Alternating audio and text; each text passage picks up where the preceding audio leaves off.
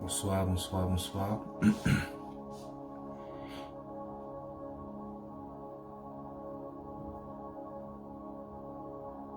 J'espère que vous allez bien, que vous m'entendez bien, que vous me voyez bien. Faites signe dans les commentaires. Nous allons débuter dans quelques instants.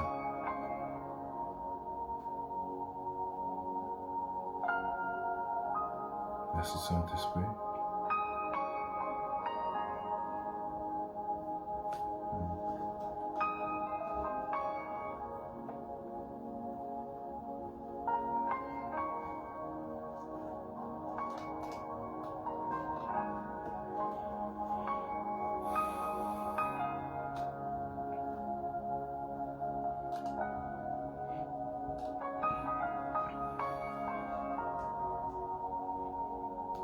Seigneur, louange à ton nom. Seigneur, car ton nom est grand, digne de louange. Bonsoir, bonsoir, j'espère que vous portez bien. Faites-moi signe si vous m'entendez bien, que vous me voyez bien, qu'il n'y a pas d'interférence. Nous allons débuter dans quelques instants.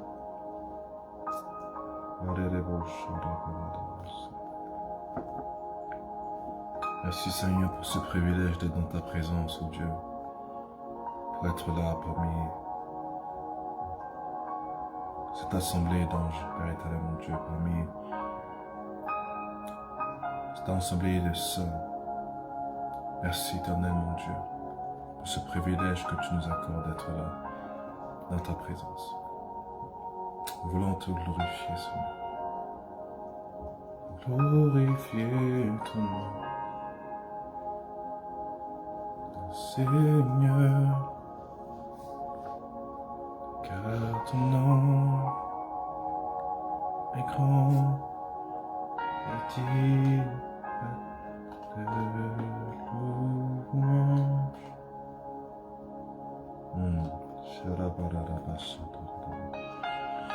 Alors que les gens se connectent petit à petit, nous commençons à élever notre voix pour élever et glorifier notre Dieu, le magnifier. Élevons notre voix, commençons à dire quelque chose à notre Dieu. Adorons le Seigneur ensemble, adorons l'Éternel, notre Dieu, notre roi, qui est assis sur son trône dans les cieux. Élevons notre voix maintenant, commençons à lui dire quelque chose. Nous voulons te glorifier, Seigneur, glorifier ton nom, Seigneur, car ton nom est grand et digne de louange. Nous voulons te glorifier. Là où tu élèves ta voix, là où tu élèves ta voix, là où tu élèves ta voix, adore ton Dieu. Nous voulons te glorifier, Seigneur, car ton nom est grand et digne de louange.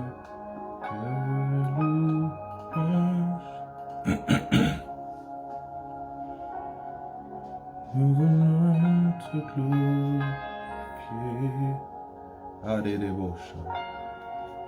Yes, Lord, we sing praises to your name. We worship you, God. We exalt your precious name. For your name is great and greatly to be praised. We magnify you tonight. We magnify you tonight. We magnify you tonight.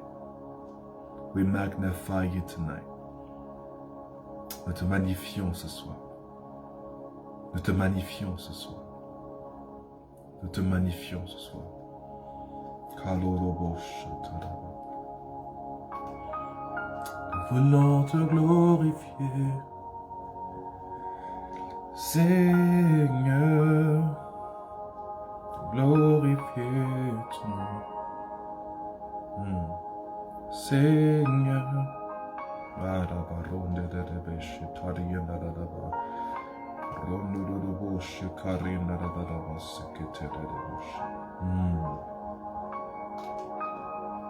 gloire à ton nom, Seigneur. Nous te louons, nous t'exaltons, nous te magnifions. Esprit de Dieu, nous te célébrons ce soir.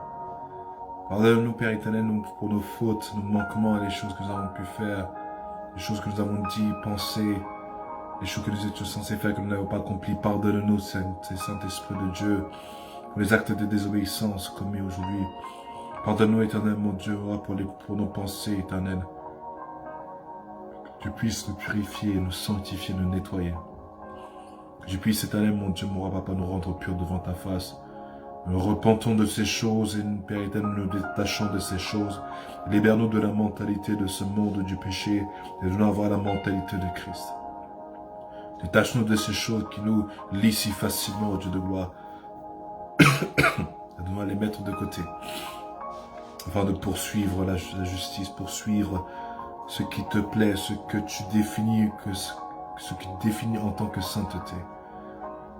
Toi, le Dieu qui est appelé Mekadishkem, purifie-nous, sanctifie-nous, rends-nous saints, rends-nous purs, rends-nous purs, rends-nous purs, rends nos cœurs purs, rends nos pensées pures, rends nos âmes pures, rends nos bouches pures, rends nos mains pures, éternel mon Dieu. Oh, qui peut monter sur ta montagne sainte? Celui qui a les mains pures et le cœur pur. Éternel mon Dieu, purifie nos cœurs, purifie nos pensées, purifie nos ekala barosha rianda da barosha karanda da bosha da bassa rina da basha. À toi qui me suis, élève ta voix et parle à ton Dieu avec de la foi et au-delà de la foi avec cette conscience qu'il est là, que tu as rendez-vous ce soir avec lui, que c'est lui qui a convoqué ce rassemblement. Élèvons notre voix et prions, parlons à notre Dieu, purifions nos cœurs devant lui, demandons-lui de nous purifier, de nous sanctifier, afin que nous puissions être agréables à lui durant ces instants, afin que sa parole puisse également nous purifier, nous guérir, nous libérer de ces choses, nous libérer de toutes ces puissances doctrines, de ces puissances doctrinales. Élèvons notre voix. Élèvons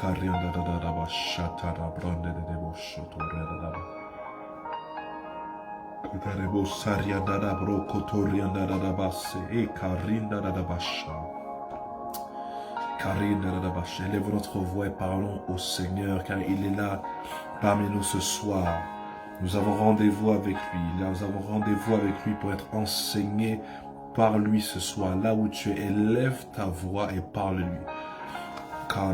Participe dans cette atmosphère, participe de cette atmosphère, participe dans cette atmosphère. Ce moment est saint, ce moment est un moment saint, ce moment est un moment saint que Dieu a mis à sanctifier, que Dieu a mis à part. Ces instants avec lui, que nous avons avec lui dans sa présence sont des instants que Dieu lui-même a mis à part. Va parler à son peuple et afin de restaurer son église, de restaurer son église, le corps de Christ à sa place, de réformer son église et de la restaurer. Élevons notre voix, élevons notre voix, élevons notre voix. Élevons notre voix.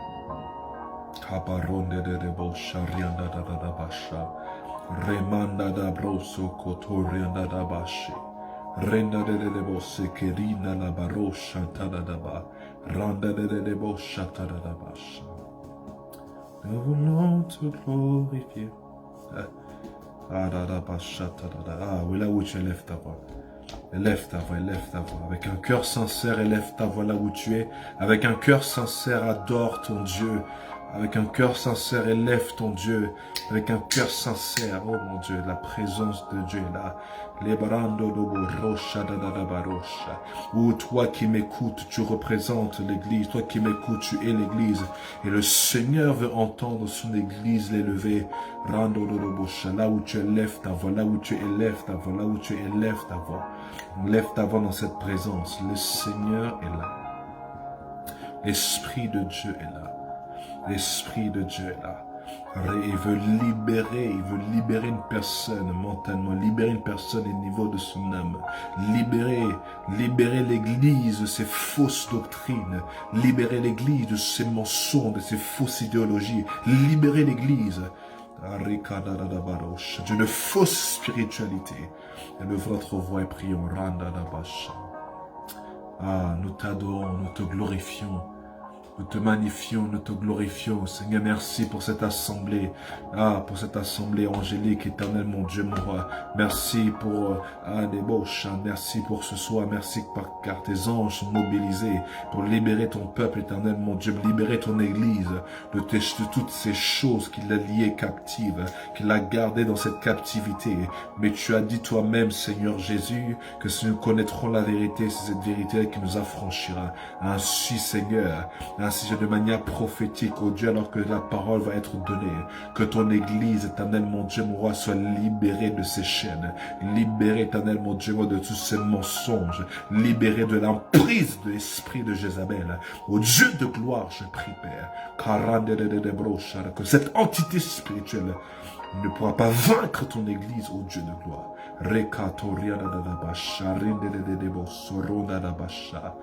Car cette entité spirituelle, éternelle, mon Dieu, a lancé cet assaut pour manipuler plusieurs et pour les utiliser pour infecter ton Église.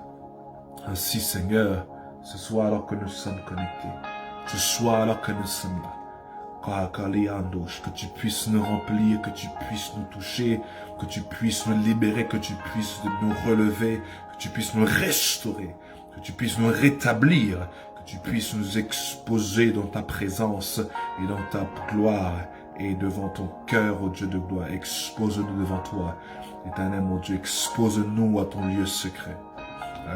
Oui, expose-nous à ton lieu secret, expose-nous à ton lieu secret. Derrière la bouche, car ton église, ton épouse doit être dans le lieu secret. L'Esprit de Dieu, glorifie-toi, glorifie ton nom, Saint-Esprit. Glorifie ton nom, Saint-Esprit. Oui, relève ton tabernacle. Oui, relève ton tabernacle, oh Dieu. Oui, relève ton tabernacle. Relève ton tabernacle. Tu as quitté les tentes pour demeurer maintenant dans des tentes vivantes. Ô Dieu de gloire, relève ton tabernacle. Relève tes tabernacles, Seigneur.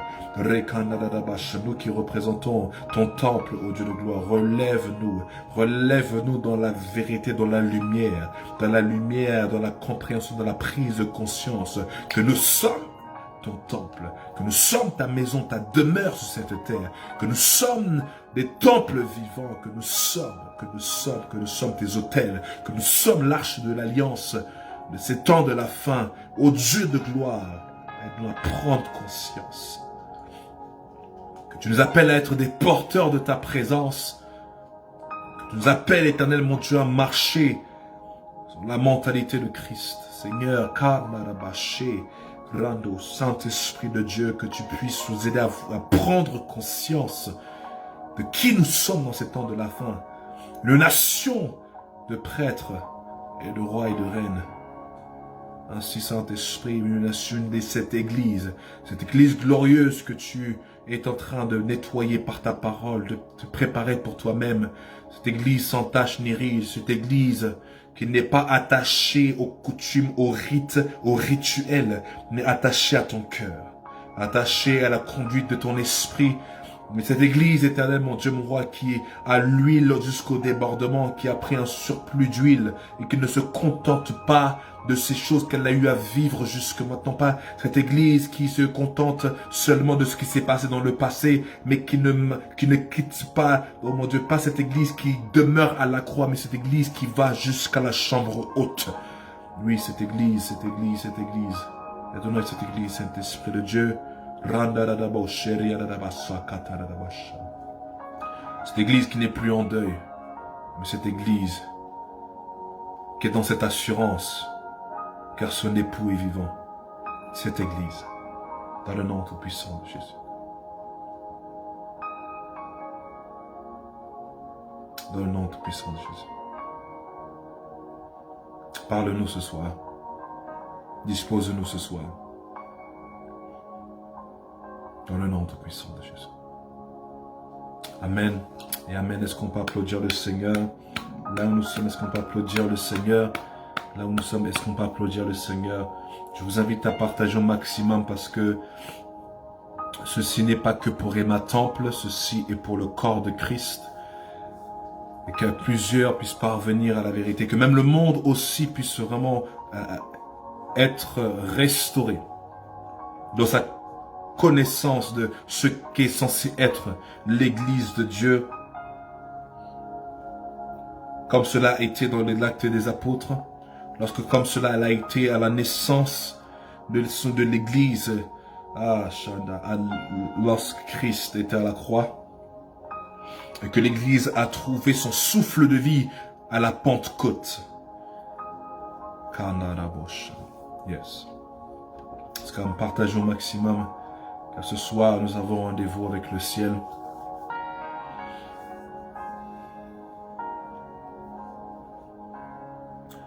Là, nous avons débuté donc la semaine dernière à parler sur le thème « L'Église, son mystère et sa responsabilité ». Nous avons commencé la semaine dernière avec une introduction. Nous avons vu différents types de passages bibliques qui servent pour notre discussion, notre étude de cet enseignement, de cette série. Donc je vous invite à reprendre l'enseignement de la semaine dernière pour pouvoir reprendre les notes nécessaires. Nous allons voir plusieurs points durant cet enseignement. Nous allons continuer dans la découverte de la pensée de Dieu pour l'Église, le but même de pourquoi l'Église a été instaurée, pourquoi, de qui nous sommes aujourd'hui, et pourquoi l'Église joue un rôle dans ces temps de la fin. Donc je vous invite vraiment à reprendre la semaine dernière afin de rattraper. Mais aujourd'hui nous allons continuer. Aujourd'hui nous allons continuer. Aujourd'hui nous allons continuer. Nous avons vu donc la semaine dernière que c'était le corps de Christ. Nous avons vu que du coup c'était l'assemblée de croyants nés de nouveau, remplis de l'esprit qui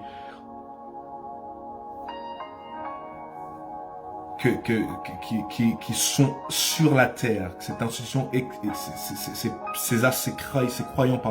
croyants remplis, nés de nouveau par l'Esprit de Dieu sur la terre, pour accomplir la tâche du témoignage, du témoin et de l'établissement du royaume des cieux sur la terre. L'Église, le corps de Christ, c'est ce corps de l'assemblée de croyants nés de nouveau, remplis de l'Esprit, conduits par l'Esprit, pour l'accomplissement de la tâche du témoin, la tâche d'un témoin, et de l'établissement du royaume des cieux sur la terre. Christ est venu, la première chose qu'il a eu à dire, son premier discours inauguratrice de son ministère, c'est que repentez-vous car le royaume des cieux est proche. Le but originel de Dieu en créant la terre, c'était d'étendre son royaume, d'étendre son territoire. Donc la terre est comme une colonie. Donc le but de la terre, c'était l'extension. Le but de l'univers, toutes ces planètes, c'est l'extension du royaume des cieux. Dieu voulait étendre son royaume. sur la terre. Voilà pourquoi la terre a été créée et que nous avons été établis sur la terre pour l'établissement de ce royaume. Suivez-moi attentivement parce que nous allons maintenant reprendre et balayer un peu de Genèse jusqu'à Apocalypse pour comprendre l'importance de l'Église et pourquoi l'Église est une stratégie de Dieu pour le rétablissement de toutes choses. Est-ce que jusque-là on me suit? Est-ce que jusque-là on me suit? Donc comme je disais, l'Église, ou du moins la terre a été créée pour l'extension du royaume des cieux. Et nous avons été établis sur la terre pour assurer cet établissement-là. Mais le projet de Dieu a été arrêté par l'homme lorsque l'homme a choisi de désobéir. J'ai bien dit choisi de désobéir. Donc le projet de Dieu a été arrêté. Laissez-moi vous dire que la chute de l'homme ne faisait pas partie du projet de Dieu.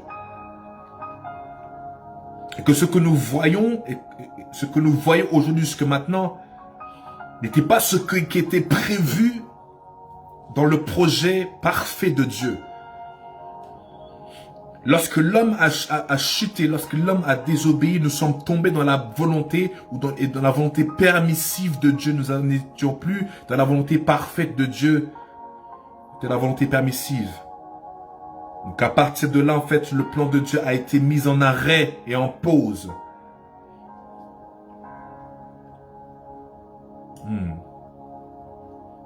Et nous devons comprendre que la raison pour laquelle on appelle Jésus le second Adam, c'était exactement pour le but de restaurer et de restaurer l'homme, l'humanité, au projet initial de Dieu, au plan initial et à la volonté initiale, la volonté parfaite de Dieu initiale, qui était de créer l'homme à son image et à sa ressemblance. Quand l'homme a péché, il a perdu cette image, il a perdu cette ressemblance.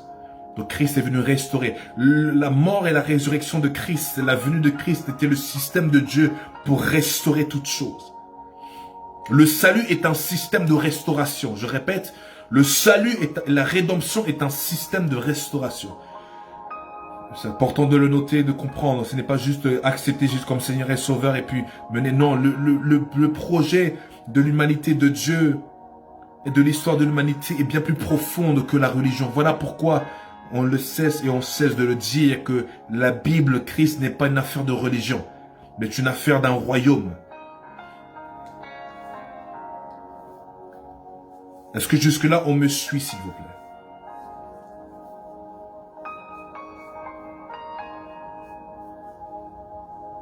Nous sommes toujours sur le premier point. Qu'est-ce que le corps de Christ? Est-ce que jusque-là on me suit?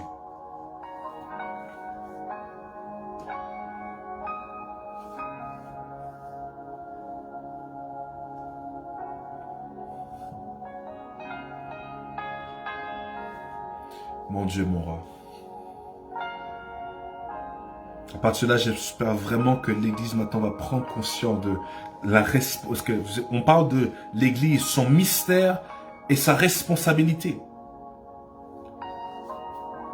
Donc que maintenant, avec cette vision, nous pouvons comprendre pourquoi nous jouons un rôle très important dans ces temps de la fin. Donc je disais, Christ est appelé le second Adam. Il avait le même rôle, comme Paul le dit, pas un seul homme. Tous sont morts, mais pas un autre homme. Tous sont parvenus à la vie. Christ est donc le système de Dieu de rédemption, pour corriger toutes choses, pour restaurer sa créature, créée à son image, sa ressemblance, à sa position initiale. Il a fallu juste que Dieu lui-même puisse venir le faire, parce que le seul sacrifice qui pouvait sauver l'homme, c'était Dieu lui-même, parce qu'il a créé l'homme à son image et à sa ressemblance, pour nous dire à quel point nous avons du prix aux yeux de Dieu. Ça, on l'a déjà balayé dans des enseignements précédents, mais comprenons. Toi, corps de Christ, toi qui m'écoutes, le prix que tu portes est un prix divin. Et que seul Dieu était capable de payer ce prix. Parce que ce prix était à la dimension de Dieu. Pourquoi? Parce que tu es créé à son image et à sa ressemblance. Donc, corps de Christ, entends-moi, entends-moi. Avant même de penser à l'institution, avant même de penser à toutes ces choses toutes ces choses que nous pouvons faire dans une église locale ou dans les quatre murs, comprends la base même de ton existence, la base même de ton importance, la base même c'est ta personne, qui tu es.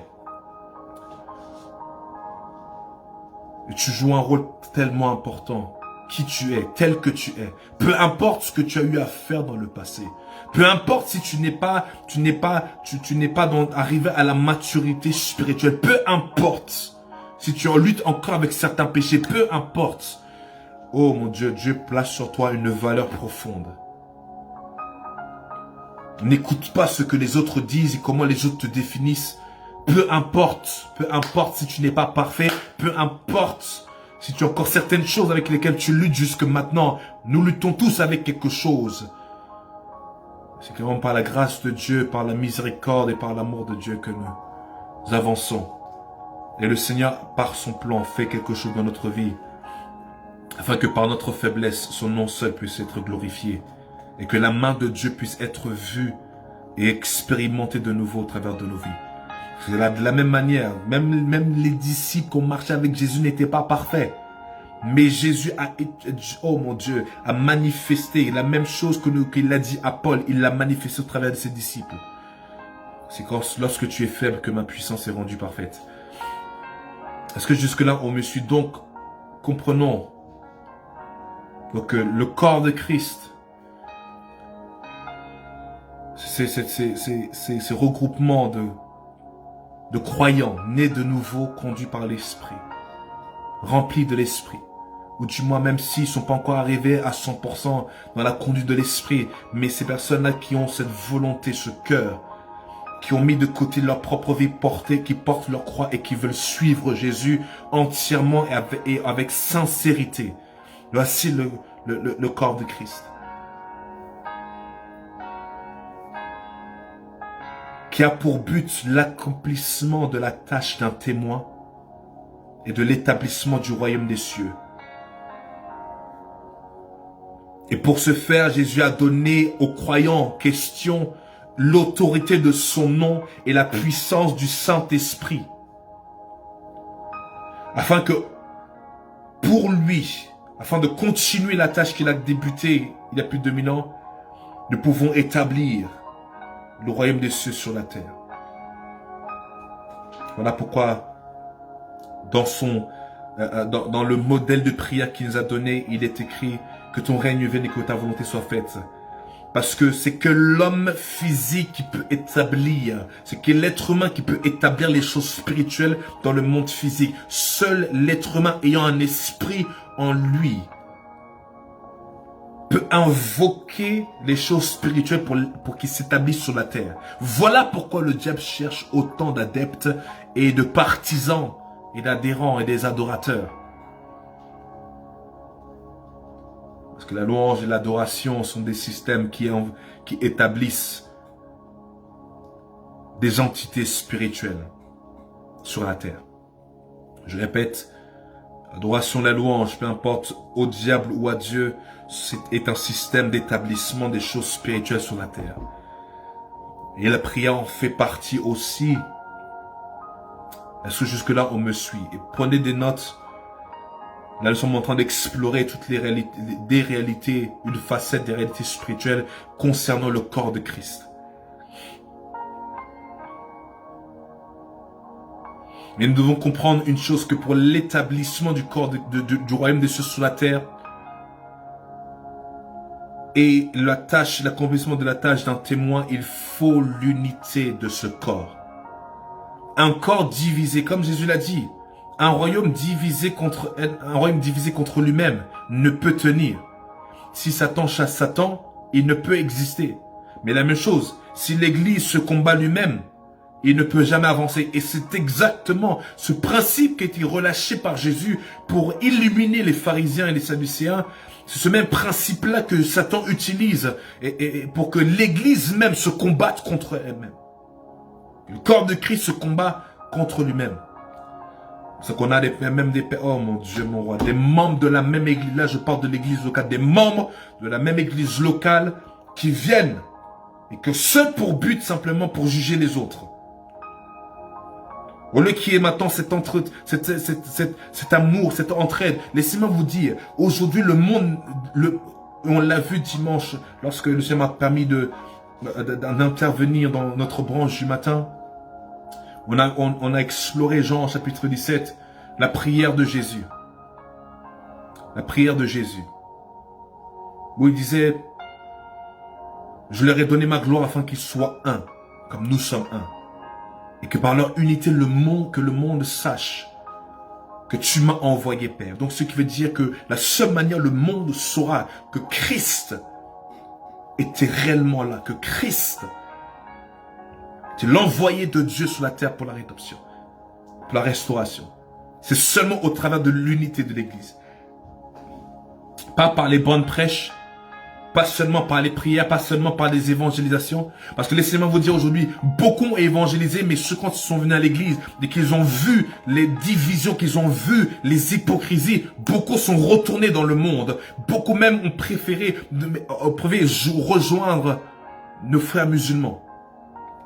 Parce qu'il semble que les frères musulmans soient même plus unis que ceux qui se disent être des enfants de Dieu ou les membres de l'Église. C'est un fait. Aujourd'hui, on voit nos frères musulmans avancer dans les nations. Aujourd'hui, qui ont plusieurs types d'entreprises. Lorsque même on parle de mosquées, il n'y a pas de dénomination dans les mosquées. On parle d'une même... Oh mon Dieu.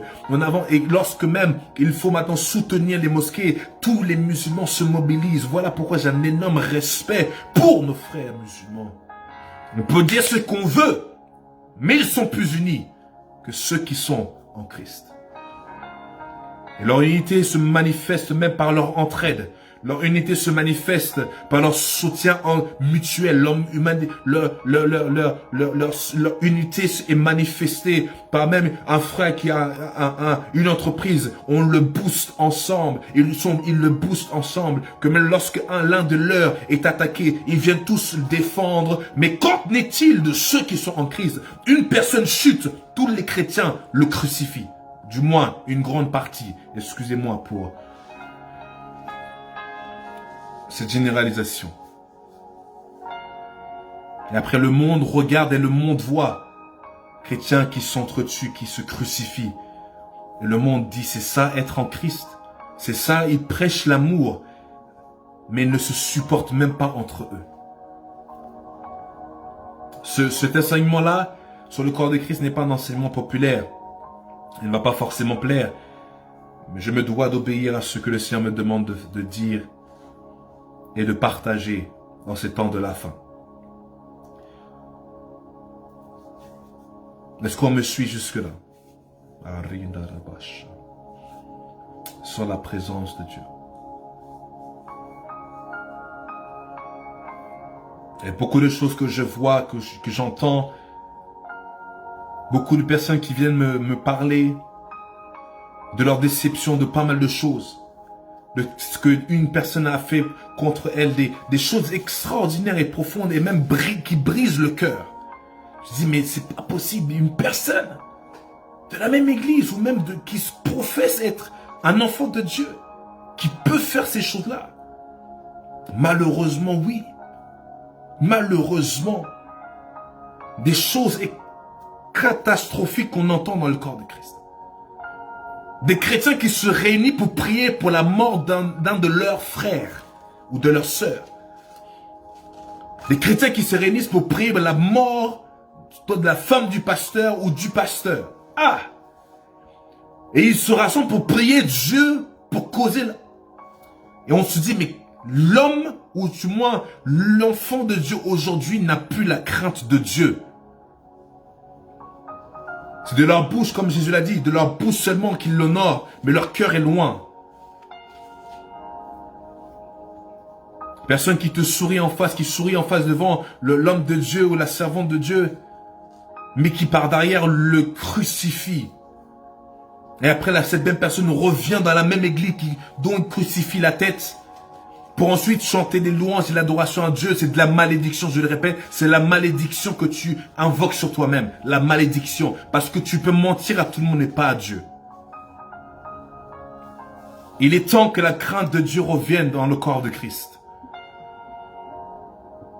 Jésus a dit, si tu as quelque chose contre ton frère, ne donne même pas ton offrande. Rentre et arrange. Jésus a dit, je vous donne un commandement nouveau. Au-delà d'aimer ton prochain comme toi-même, Jésus dit, je vous donne un commandement nouveau. Aimez-vous les uns les autres, comme je vous ai aimé. Donc notre modèle d'amour sur lequel on doit se baser, c'est bien plus que aimer soi-même. C'est maintenant regarder Jésus, comment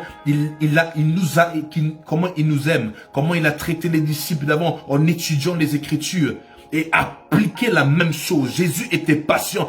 Pourtant les disciples lui ont cassé la tête souvent, mais malgré tout, il a manifesté de la patience. Mais aujourd'hui, qu'est-ce que nous voyons? Les personnes qui disent suivre Jésus, prier, qui chantent, faisant partie de la chorale, faisant partie des anciens, faisant partie de Paul intercession, mais qui sont là en fait à parler du mal et du mal et du mal crucifié, mais ils sourient devant les gens. Dieu te voit comme un hypocrite. Je répète, Dieu te voit comme un hypocrite. Et la Bible déclare que les hypocrites auront leur part dans le lac de feu. Si tu viens à l'église que pour critiquer, vaut mieux que tu restes chez toi. Si tu viens à l'église pour mépriser quelqu'un, reste chez toi. Ou du moins, va au cinéma, mais occupe-toi. Mais ne viens pas être un hypocrite devant la face de Dieu. La vérité doit être restaurée. Comme je l'ai dit, c'est pas quelque chose de populaire, mais la vérité doit être restaurée. La Bible dit que le jugement de Dieu commencera dans sa maison. Et ce que nous voyons n'a rien à voir avec ce que Dieu a dit. Pourquoi tant de division? Pourquoi tant de haine? Pourquoi tant d'hypocrisie dans la maison de Dieu? Et après tout, tu as l'audace d'élever tes deux mains et pour dire à toi la gloire et à toi l'honneur, c'est de la malédiction que tu déposes sur toi. Voilà pourquoi certaines personnes ils viennent à l'église, ils repartent, ils n'ont rien reçu, c'est normal.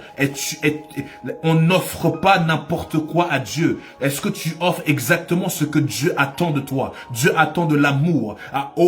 Au-delà de tes chants, Dieu attend que tu manifestes de l'amour à ton prochain. Au-delà de tes prières, Dieu attend de voir si ton cœur est en intercession pour quelqu'un autour de toi. Tu vois quelque chose qui ne va pas avec ton frère. Au lieu d'ouvrir ta bouche et de discuter sur cela, mais de critiquer cela, tu élèves ta voix et tu intercèdes. Tu vois quelqu'un ne pas être mal, quelqu'un qui est dans le mal ou quelqu'un qui passe même par la délivrance. Au lieu d'ouvrir ta bouche à regarder, à critiquer, tu commences à prier pour la personne. Mais non, si tu fais le contraire de cela, ne lève pas tes mains parce que tu vas amener la malédiction sur ta vie.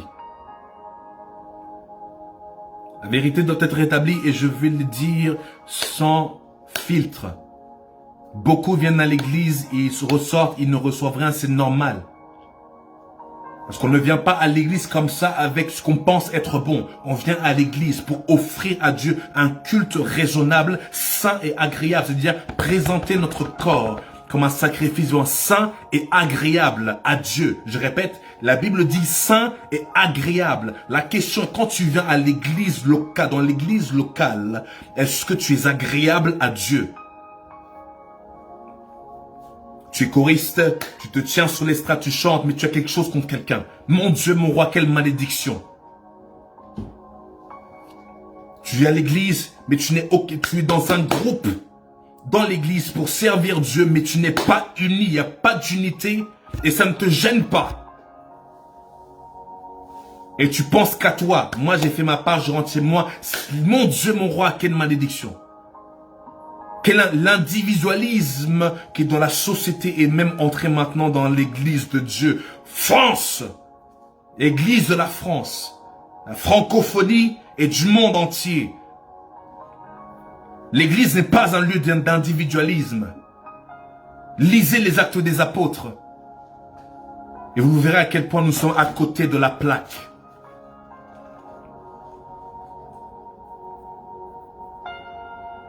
Voilà pourquoi nous avons des nations remplies d'églises, mais la nation n'avance pas. Parce que du coup, même s'il y a beaucoup d'églises, mais ces églises ne sont même pas unies entre elles. Ah. Mais pourtant, la Bible amène la seule manière pour transformer une nation. Je vais vous donner le secret pour transformer une nation. Ce n'est pas seulement par la prière. Non, Jésus l'a dit, c'est par l'unité. L'unité du corps de Christ. La manière pour changer une nation, c'est par l'unité du corps de Christ. Tant qu'il n'y a pas d'unité, il n'y aura pas de transformation.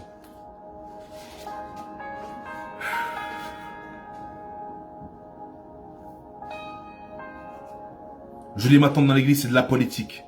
Tout le monde veut courir, prendre le micro et tenir le micro et être vu de tous. On n'a rien compris. On n'a strictement rien compris. On n'a strictement rien compris.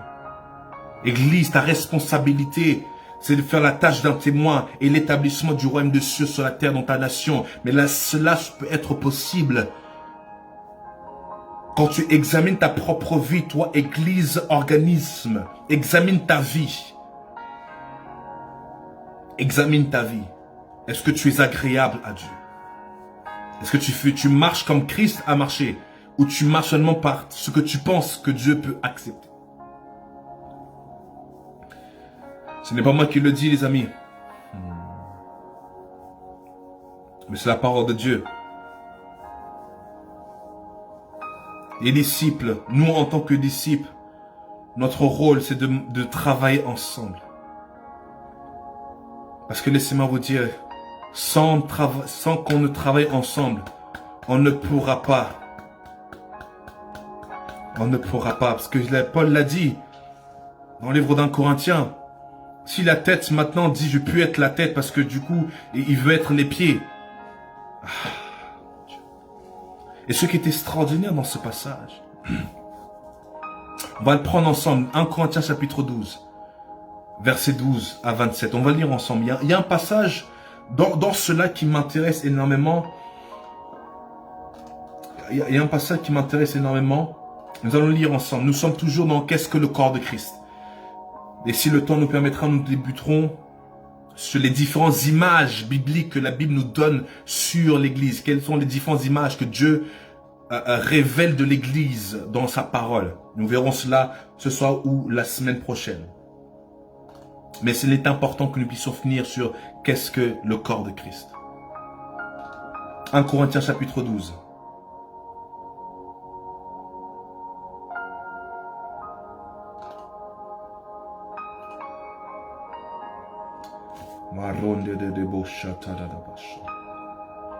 En Corinthiens chapitre 12, à partir du verset 12. Suivez-moi et écoutons la pensée de Dieu.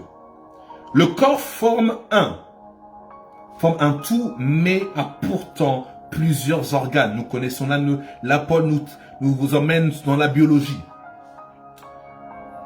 Et tous les organes du corps, malgré leur grand nombre, ne forment qu'un seul corps.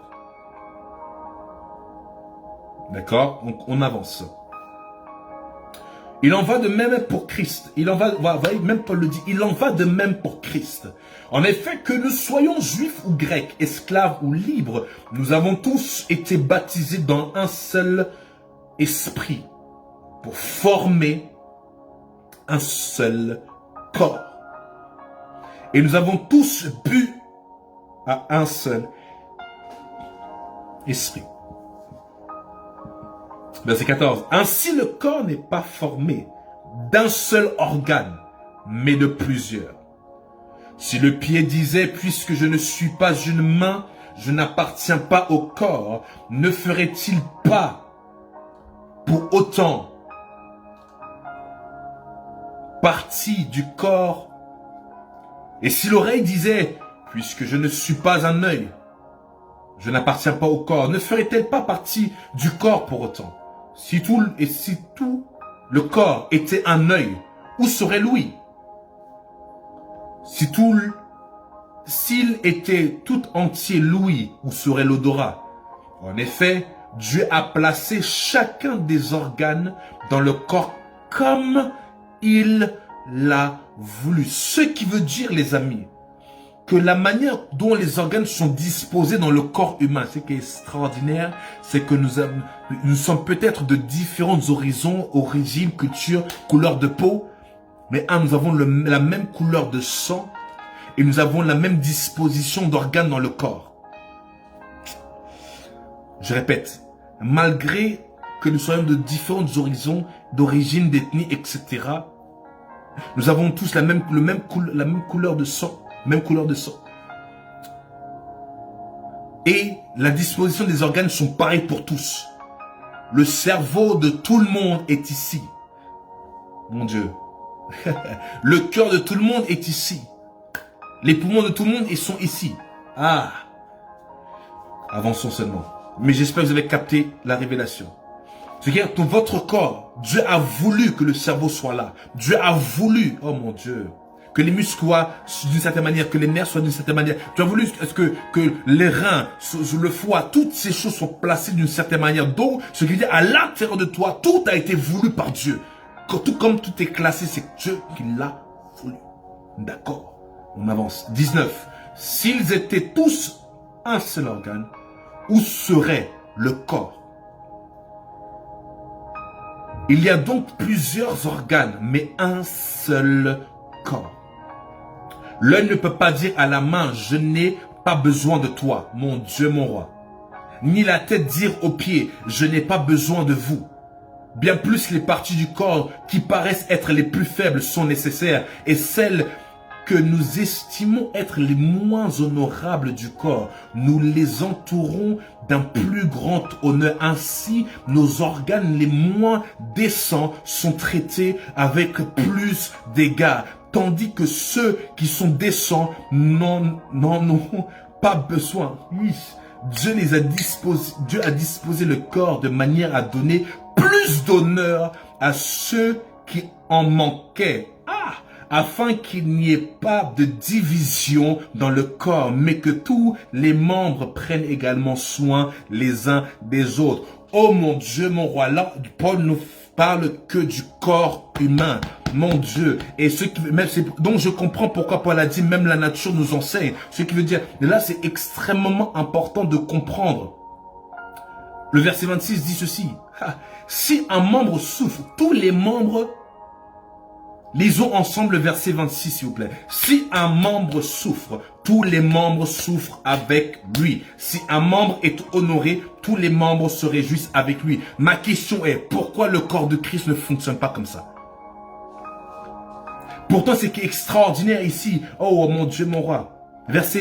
À partir du verset 22, bien plus les parties du corps qui paraissent être les plus faibles sont nécessaires. Vous voyez, dans le corps de Christ, il y a un élitisme spirituel du nom. Je ne sais pas d'où ça vient, mais ça vient de l'enfer. Il n'existe pas des plus spirituels que d'autres. Ah, mon Dieu.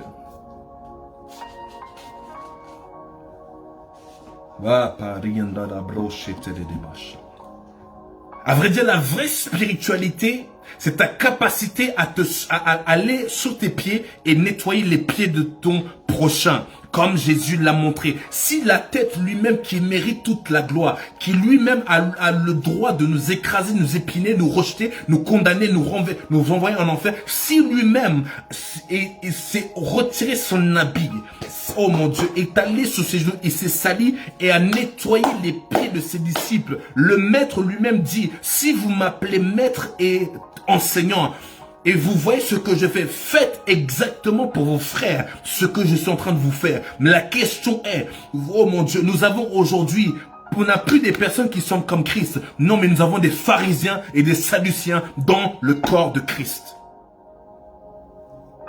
Des personnes qui sont des tombeaux blanchis. Des tombeaux blanchis. Je répète, des tombeaux blanchis. Une spiritualité extrême. Et à l'intérieur, ils sont pourris comme pas possible. Incapable de se rabaisser pour son prochain. Incapable de garder et de protéger son prochain. En gros, oh mon Dieu, merci Saint-Esprit. Le Seigneur est en train de dire, nous avons beaucoup de Caïns aujourd'hui dans le corps de Christ. Qui répondent à Dieu, suis-je le protecteur, le défenseur de mon frère? Quand Dieu lui a posé la question, où est ton frère? Beaucoup de Caïn aujourd'hui. L'esprit de Caïn est entré dans l'église et l'esprit des Sadducéens, des pharisiens est dans l'église. Des personnes qui ne veulent pas se salir parce qu'ils se sentent trop saints et trop purs. Mon Dieu, et là, avec ce passage, ça vient démanteler toute votre mentalité, votre pensée. Comprenez ceci. Voici ce que la Bible dit et la pensée de Dieu. Bien plus que les parties du corps qui paraissent être les plus faibles. Donc si tu es faible, n'aie pas peur et n'écoute pas ceux qui t'ont condamné. Voici ce que la Bible dit et l'espérance pour toi. La Bible déclare que bien plus les parties du corps qui paraissent être les plus faibles sont nécessaires. On a besoin de toi. Même si tu es faible, on a besoin de toi. On avance encore. Et celles que nous estimons être les moins honorables du corps, nous les entourons d'un plus grand honneur. Dans ton propre corps, il y a des parties qu'on ne voit pas, qui n'ont pas l'air propre à voir, mais tu en prends soin. Ma question est pourquoi tu vois ton frère qui est faible, qui a l'air peut-être sale, mais tu es là en fait, tu l'exposes, tu le rabaisses et tu le tues.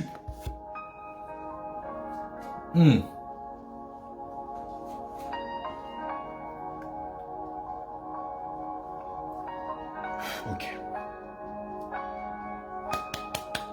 Ainsi, nos organes les moins décents. Voilà, la Bible dit, oh mon Dieu, les moins décents, les organes les moins décents sont traités avec plus d'égard. Oh, tu prends tellement soin de ces parties-là de ton corps que tu sais que c'est moins décent. Mais tu en prends soin parce que c'est tellement fragile. Tu en prends tellement soin. Mais la question est, ton prochain qui est peut-être tombé, qui n'arrive pas à prier, qui n'arrive peut-être pas à avoir une relation avec Dieu comme tu l'as, qui ne marche pas dans la sainteté comme tu marches, qui ne pêche peut-être pas comme toi. Mais laisse-moi te dire une chose. Ah, pour Dieu, pécher, c'est péché, même si c'est fait autrement.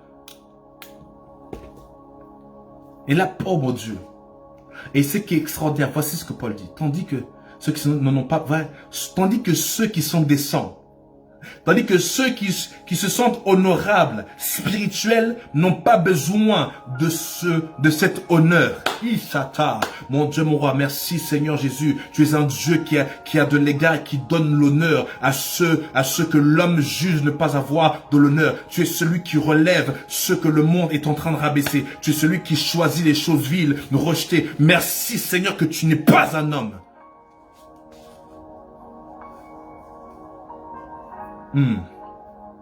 Regardez ce que à partir du verset 24, tandis que ceux qui sont décents n'en ont pas besoin, point. La Bible déclare, Dieu a disposé le corps de manière à donner. Ah Seigneur, Dieu a disposé le corps de manière à donner plus d'honneur à ceux qui en manquaient. Ce qui veut dire, tu penses avoir de l'honneur, tu penses être arrivé spirituel, tu parles en langue, tu prophétises, l'Esprit de Dieu dort avec toi, tu manges avec lui, etc., etc. La Bible dit, Dieu ne se concentre même pas sur toi. Dieu se concentre sur ceux qui sont faibles. Dieu se concentre sur ceux qui ont besoin de lui, qui pleurent à lui. Ceux qui disent Seigneur, je ne suis pas arrivé, j'ai besoin encore de toi, j'ai besoin encore, même si tu sais prophétiser, Seigneur, je ne suis pas arrivé, je mets tout ça de côté, c'est que des futiles. J'ai besoin de toi, Jésus. Voilà, la Bible déclare, à cela, Dieu donne un plus grand honneur. Kalabasha. Est-ce que l'Église m'entend aujourd'hui? Et pourquoi il a mis cela, 25, afin qu'il n'y ait pas de division dans le corps, mais que tous les membres prennent également soin les uns des autres. Oh mon Dieu, ce qui veut dire donc Dieu a mis de l'honneur à ceux qui sont faibles, ceux qui selon l'homme ne méritent pas d'honneur, pourquoi? Afin qu'il n'y ait point de division dans le corps. Ce qui veut dire, il y a de la division dans le corps de Christ aujourd'hui, parce que les spirituels se pensent trop spirituels pour marcher avec ceux qui ne sont pas spirituels. Donc voilà pourquoi il y a de la division. Oh mon Dieu, donc la solution pour de ce problème de division est que maintenant ceux qui se pensent forts aident ceux qui sont faibles. Comme, oh mon Dieu, Paul l'a dit dans le livre de Galates. Si tu penses être fort, oh prends soin de ceux qui sont plus faibles. Oh, donc c'est ça la solution. Et le but c'est quoi? Mais que tous les membres prennent également soin les uns des autres. Si un membre souffre, Oh, ce qui veut dire donc, toi qui penses être spirituel, tu as des expériences avec Dieu, etc. Mais tu vois ton prochain souffrir et tu penses, c'est pas mon affaire. Laisse-moi te dire, Dieu ne te voit pas, toi, être en bande. Dieu voit la personne. Quand il voit une personne de ton assemblée souffrir, il voit que toute l'église souffre. Ah, Seigneur, mon Dieu, mon roi, ouvre nos yeux pour que nous puissions voir comme tu vois, Jésus. La Bible déclare que Jésus est capable de laisser 99 brebis pour aller chercher une brebis qui s'est égarée. Ma question donc, tu connais un membre de ton église qui s'est égaré, mais qu'est-ce que tu fais? Tu parles ta bouche. Je savais qu'il allait chuter. Je savais, il n'est pas spirituel, mais il ne prie pas, il ne m'a pas écouté, donc je savais qu'il allait chuter. Arrête de parler comme ça. La Bible déclare, oh mon Dieu, Dieu ne te supporte pas. Au lieu de parler comme ça, va maintenant chercher ton frère qui s'est perdu. Va chercher ta soeur qui s'est perdue. Même si maintenant il refuse, toi prie pour la personne. Prie en intercession. Tu ne t'arrêtes pas de prier tant que la personne n'est pas revenue à Christ. Oh, j'avais vu dernièrement une vidéo, et je vais m'arrêter là, nous continuons la semaine prochaine. Une vidéo où un pasteur d'une très grande église a arrêté le culte. Tout le monde est arrêté le culte parce qu'il est parti rejoindre. On l'a informé qu'un membre qui avait quitté l'église, qui avait quitté l'église, le corps de Christ, qui avait quitté le Seigneur, qui retournait dans le monde, était revenu à Christ. Le pasteur avait quitté tout ce qu'il faisait et est parti maintenant rejoindre cet homme qui était en fin fond maintenant dans les estrades. Il a quitté tout et les caméras le suivaient et a pris dans les bras ce membre qui est revenu. Ma question est, où est cet amour aujourd'hui?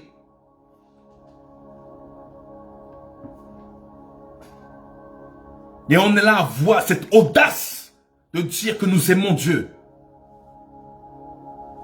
Cette audace de dire que nous sommes spirituels, à faire du bruit dans les micros, à faire du bruit dans l'église, du bruit dans les prières, du bruit.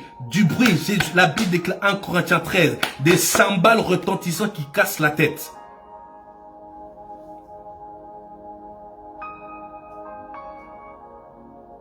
Seigneur, nous devons nous repentir. Nous devons tous nous repentir. Tous. Nous devons tous nous repentir et revenir aux pieds de Jésus. Et revenir aux Écritures. Parce que juste rien que ce passage que nous avons lu ensemble vient maintenant nous rendre coupables. Nous disons être une église, mais nous sommes divisés comme pas possible. Personne ne se soucie de l'autre. Chacun est dans son coin. Oui, je l'ai vu de mes propres yeux et je l'ai entendu. Et oh mon Dieu, des personnes qui me disent, moi je pensais qu'à moi. De toute façon, les gens sont bizarres et tout, je pense qu'à moi. Je l'ai vécu. Je l'ai vu, les gens qui me disent cela. Donc je ne vous invente rien. Personne qui me dit, je m'en fous de la personne, je reste dans mon coin, c'est mon coin, c'est ma vie, je m'en fous, les gens sont bizarres, les gens sont trop hypocrites, les gens sont ci, les gens sont ça, etc., etc., etc., etc. Et maintenant, si tout le monde se comporte comme ça, bah voilà pourquoi la division est là. Nous devons nous repentir. Si tu es les pieds, sois content d'être les pieds et simplement célèbre Dieu. On a besoin de toi. Voilà pourquoi la nature nous enseigne. Prenons le temps d'étudier le corps humain et prenons le temps de comprendre. Un homme qui n'a plus de jambes, un homme, une femme qui n'a plus de jambes, regardez comment la personne n'est pas bien. Regardez ceux qui n'ont pas de bras. Regardez comment ils sont mal, ceux qui sont mutilés. Même le pouce, ce pouce. Vous retirez ce pouce, vous allez voir, on va même plus être capable de prendre quoi que ce soit. Rien que le pouce, ce pouce-là. S'il n'existe plus, on ne sera plus capable de prendre quoi que ce soit. Rien que le pouce. Rien que ce pouce. Voilà pourquoi la Bible dit, un membre tellement petit, qui a l'air insignifiant, mais d'une importance capitale. Ainsi que nous nous repentons tous à partir d'aujourd'hui. Qu'on se base sur cette parole pour revenir là où Dieu nous attend. Nous sommes des enfants de Dieu. Manifestons cela. Pour que le monde puisse savoir que nous sommes des enfants de Dieu. Que le monde, puisque même Jésus l'a dit, le monde saura que nous sommes ses disciples lorsqu'on s'aime les uns les autres comme lui nous a aimés. C'est pas par les évangélisations où tu peux évangéliser comme tu veux. Mais si tu n'es pas uni, ton évangélisation ne sert à rien. Rien du tout. Jette ça à la poubelle. La chose que nous devons travailler, c'est l'unité. L'unité. Tu es dans une église locale, travaille l'unité. Même avec ceux qui sont là, ça travaillons. Même si on ne va pas être d'accord sur tout. Mais que l'unité de la foi soit la chose qui nous rassemble.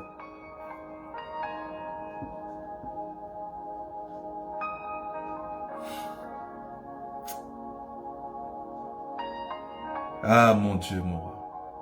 Pourtant, sur ton lieu de travail, tu as cette capacité-là de marcher dans une certaine unité avec tes collègues pour l'accomplissement d'une tâche et l'accomplissement des objectifs d'une entreprise. Tu arrives à le faire pour le monde, mais tu n'arrives pas à le faire en Christ. Mon Dieu, mon roi, quelle hypocrisie. Seigneur, mon Dieu, aide-nous, ô Dieu de gloire. Ton entreprise pour laquelle tu travailles a des objectifs et tu as été embauché pour accomplir ce objectif et tu dois travailler avec les autres. Malgré vos différences, vous travaillez ensemble. Ma question donc est, tu arrives à le faire là-bas. Pourquoi tu n'arrives pas à le faire en Christ? Quelle hypocrisie.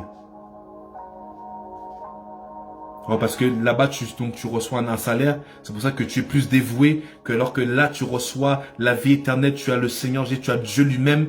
Donc ça, tu négliges Dieu, mais tu mets de la valeur parce que tu reçois un salaire. Oh, que Dieu nous pardonne. Que Dieu nous pardonne. Parce que tu as peur que que ton chef puisse se virer et tu n'as plus de salaire. Oh, tu es un serviteur de mammon. Mais les choses de Dieu, tu ne t'investis pas dedans. Tu n'es pas engagé, tu ne penses qu'à toi. Ah, que Dieu nous pardonne. Que le Seigneur puisse pardonner cette génération et notre temps. Nous sommes tous coupables. Que nous nous repentons tous et que nous revenons à la parole de Dieu. Parce que cette parole est importante. Christ, quand il est venu, il a enseigné une chose importante à ses disciples. L'unité. Le maître de l'univers. Le monarque de l'univers. Oh, le Dieu plus que 3 fois ça. Celui qui est le créateur du ciel et de la terre. Un jour, il lave ses disciples. Il met de côté ses vêtements. Il s'agenouille et il lave les pieds. Mon Dieu, des pieds sales. Il lave les pieds. Pourtant, la Bible déclare que lui qui n'a connu aucun péché, il n'avait aucun péché, a été capable de faire quoi? De laver les pieds de ceux qui étaient pécheurs. Ceux qui étaient pécheurs. Il lavait leurs pieds. Le saint lavait les pieds de ceux qui étaient pécheurs et qui dans le péché. Le saint, lui qui définit la sainteté même, la pureté en toute son excellence, s'est mis à genoux et a lavé les pieds de ceux qui étaient sales. Voilà même qu'une fois, les pharisiens ont eu à poser une question bizarre. Pourquoi tu marches avec ceux qui sont de mauvaise vie? Et Jésus leur donne une réponse magnifique. Ce ne sont pas ceux qui sont en bonne santé qui ont besoin d'un médecin. Et aujourd'hui, on a exactement ces mêmes pharisiens dans le corps de Christ. Pourquoi tu marches avec ceux qui sont de mauvaise vie? Pourquoi tu traînes avec eux? Pourquoi ci, pourquoi ça, pourquoi ci, pourquoi ça? Ah, Seigneur mon Dieu, délivre-nous. Et si une personne est dans ce cas, demande à Dieu de te libérer de l'esprit des pharisiens.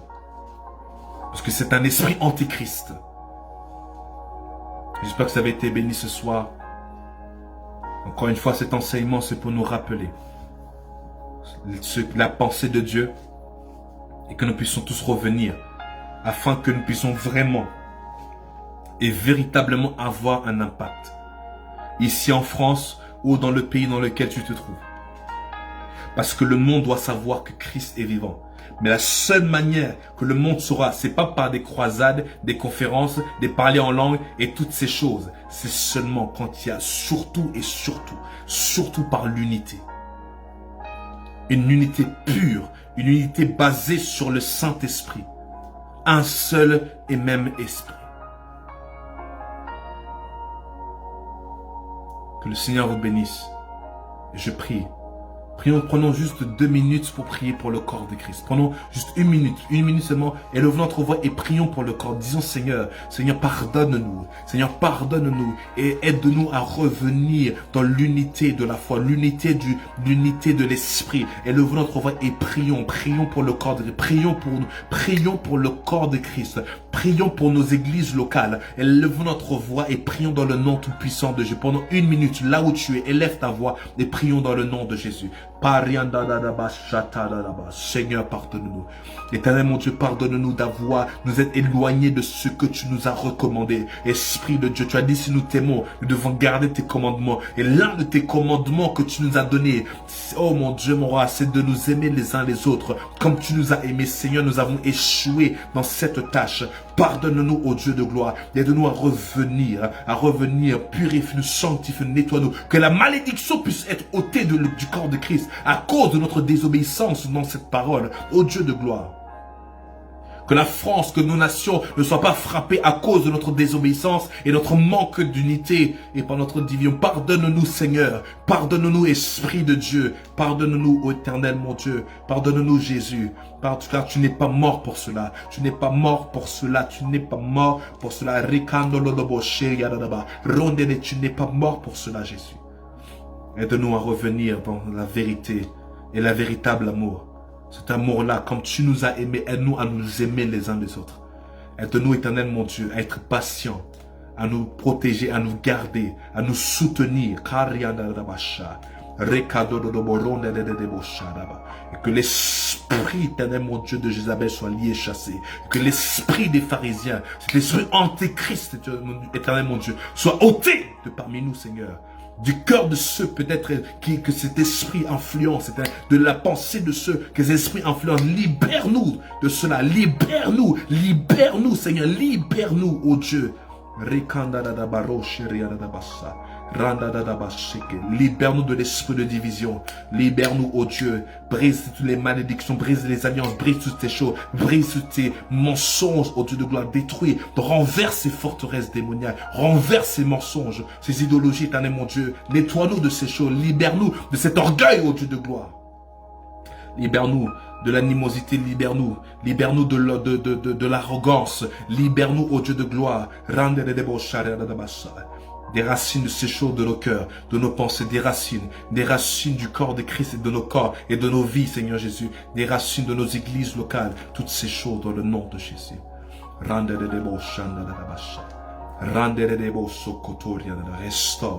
Restaure, oui, Saint-Esprit, car tu ne te répands pas, Saint-Esprit, là où il y a la division. Alors que nous revenons à tes pieds, nous revenons à ta volonté. Répands-toi sur nous églises locales. Répands-toi dans le corps de Christ, de la francophonie, du monde entier. Éternel, répands, Seigneur, répands-toi, répands, restaure la vie dans le corps de Christ. Restaure la vie dans nos églises. Restaure la vie, Seigneur, au travers de notre unité, dans le nom tout-puissant de Jésus. Car en effet, lorsque tu as formé le corps d'Adam, tu as soufflé en lui parce que tout était ordonné et uni dans son corps. Voilà pourquoi tu as soufflé en lui. Tu as soufflé en Adam parce que tout était coordonné. Si quelque chose n'était pas coordonné, qu'il manquait quoi que ce soit, tu n'aurais jamais soufflé en lui. Oh mon Dieu, tu as parfaitement créé le corps avec une coordination et une unité parfaite. Voilà pourquoi tu as soufflé. Seigneur, restaure le corps de Christ. Que nous ne soyons plus manchots ou mutilés, mais que nous soyons un corps entier et uni, Père. Dans le nom tout puissant de Jésus. Reçois la gloire, reçois l'honneur et merci. Parce que le réveil, tu l'as voulu qu'il commence déjà par l'amour. Le réveil de l'amour dans ton église. Afin que le réveil puisse toucher le monde entier. Tu as voulu cela, Père. Parce que ton projet, ton plan, c'est qu'il y ait d'abord le réveil de l'amour parfait dans ton église. Merci, Jésus. Reçois la gloire, l'honneur et la magnificence. Dans le nom de Jésus. Amen et amen. Applaudissons pour le Seigneur. Applaudissons pour le Seigneur. J'espère que vous avez été bénis ce soir. Partagez un maximum de personnes afin que plusieurs soient bénis. Et on se donne rendez-vous mercredi prochain pour la suite. Et vendredi 19h30 en présentiel pour notre temps de prière en tant qu'Église. Que le Seigneur vous bénisse et on se dit à la prochaine. Soyez bénis.